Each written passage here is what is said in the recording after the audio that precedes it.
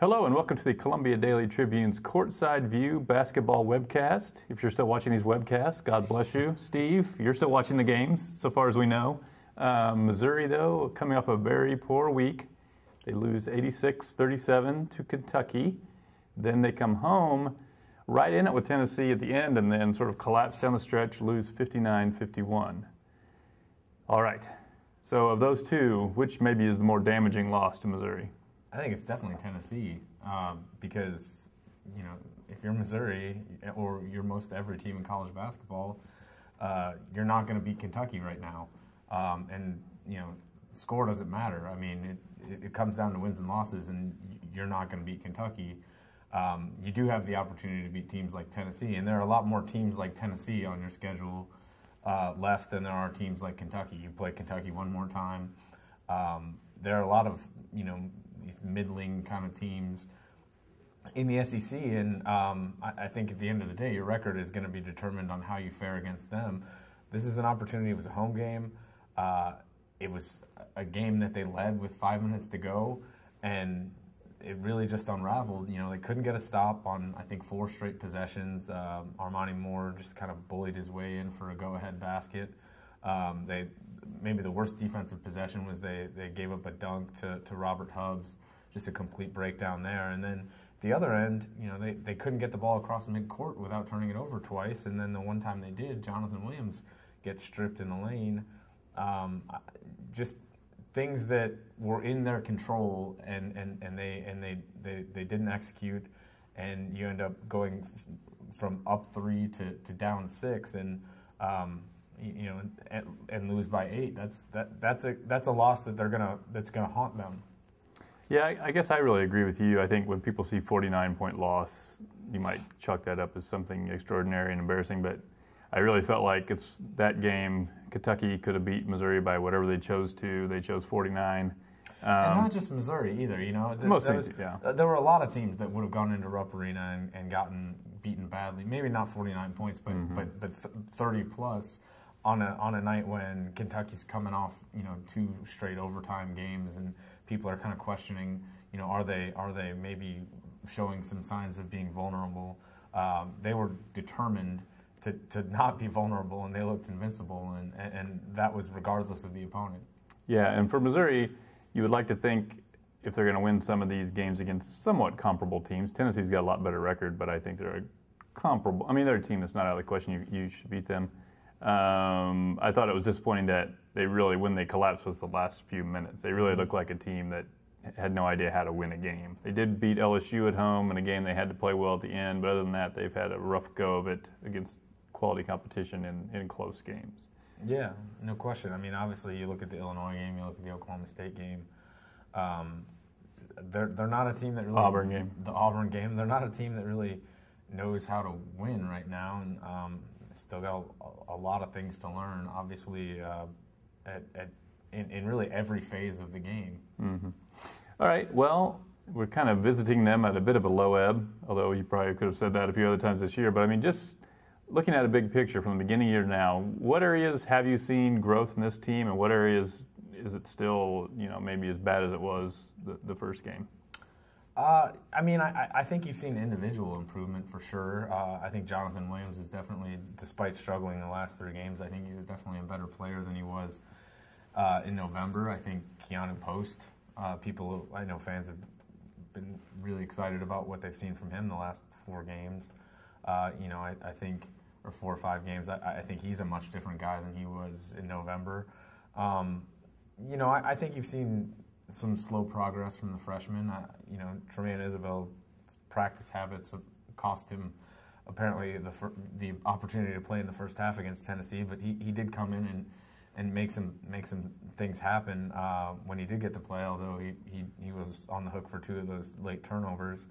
But, you know, there are still a lot of the same weaknesses. I mean, Missouri is not a team that shares the ball that well. They're not a team that scores the ball very well. They're not a team that really defends that well. You know, they haven't given up a ton of points, but teams are shooting pretty good percentage against them.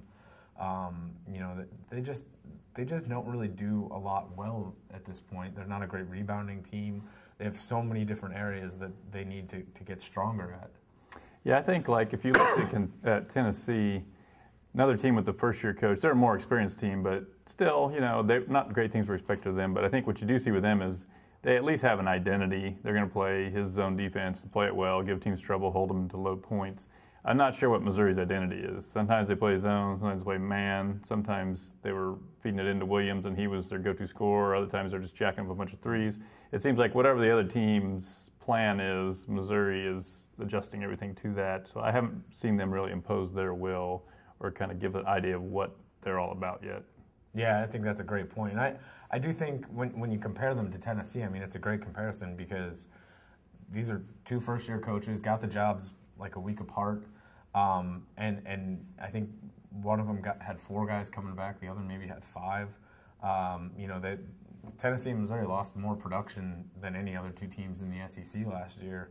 When you talk about, Clarkson and Brown at Missouri along with Ross and then Stokes and McCray leading the way at Tennessee. Those guys were really good players. And both these coaches have had tall tasks trying to, reshape these programs without those guys and in a short amount of time. And I do think you're right. Donnie Tyndall had a little bit of a leg up in that, Josh Richardson's a senior and had played a lot, was a guy who averaged 10 points and actually averaged like 19 points in the NCAA tournament last year when they went to the Sweet 16.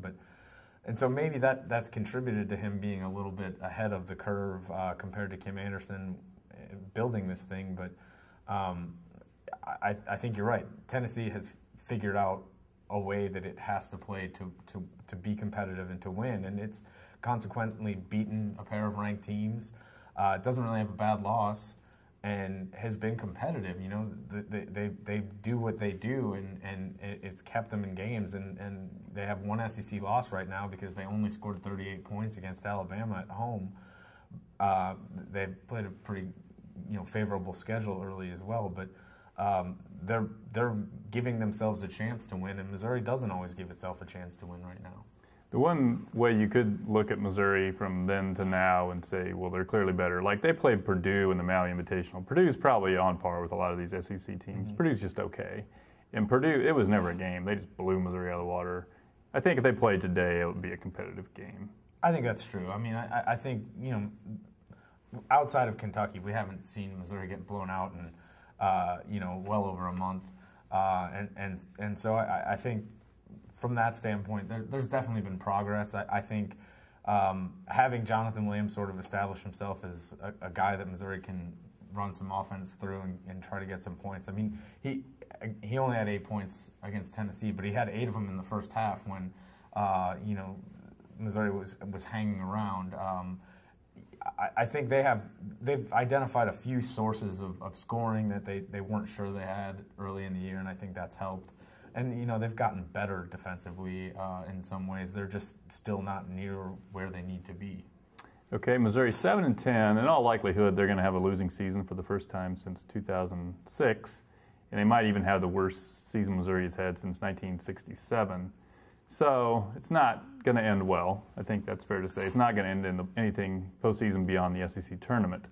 Given that, how important is it in these games, the wins, the losses?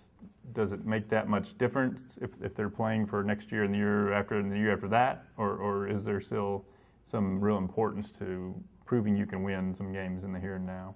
I think there's a tremendous amount of importance to it because I think what you're doing is you're learning how to win. You're establishing some sort of identity. You're figuring out what that formula is to have success. And I think it's a lot easier to go from a team that wins 15 games to a team that wins 20 than, if you're a 10-win team trying to win 20. I think, there's a process that programs have to go through and players have to go through where you learn how to win. And I think that's the thing that's hurt Missouri as much as anything at this point is they don't have anybody who's really learned how to do that yet or learned how to practice to do that.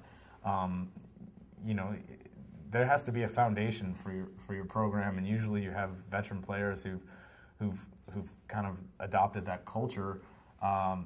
Missouri didn't have that culture. Certainly I think Frank Haith's program was trending in the wrong direction. I don't think they were playing as well at the end of last season as they were playing at the beginning of last season, and I don't think that they had guys who really established a pattern for how to be successful. The way that, going back, Missouri kind of figured out how to do there toward the end of Mike Anderson's tenure, with starting in 08, 09 with that Elite Eight team. I think the things that those freshmen picked up from Damari Carroll and Matt Lawrence and Leo Lyons and JT Tiller carried them through their whole careers. And Missouri didn't have anybody to set the example. And I think if that's going to change going forward, it has to start right now with these players. Yeah, and I think you also don't want it to drift over into complete disaster mode where, you bring in kids for visits and the place is half empty and nobody cares, and you kind of become a punchline. You really don't want that to happen. You want to at least be competitive. I think you want to finish the season with a certain amount of positivity, so people are going in the off season excited about basketball and wanting to work and get better. Big picture, whether they go 10-18 or 12-16, I don't know that it makes that much difference. But I do think you want to just keep it so it's not completely falling off the edge of the map here, because that's the one thing I think bad that could happen here at the end is if you really don't want it to become some sort of toxic thing where your own fans are openly hostile to you, recruits are turned off, current players don't want to stick around. I mean, you don't want it to get really nasty. So you want to keep it together to that extent. And there's enough teams on the schedule still where you're going to be able to win some games. So it's important that you don't let too many games get away from you like the Tennessee game did. Yeah, I think that's a great point. Definitely from the recruiting standpoint, if you want to have a chance at anybody who's a top 50 type player or top 150 type player, I think you need to show that you're a basketball viable school, and because you're already going to be able to sell them on the fact that you need some help. I mean, anybody can see that. Right. But you also want them to be able to sell it on. This is a place that likes basketball, so when you do start winning, it's not going to always be like this. And this is a place that's not that far away from success, because I just have a hard time believing that too many guys with options are going to sign up to go play for a 9-win team. All right. Well, that's it for another edition of the Courtside View Basketball Webcast. Join us again next week.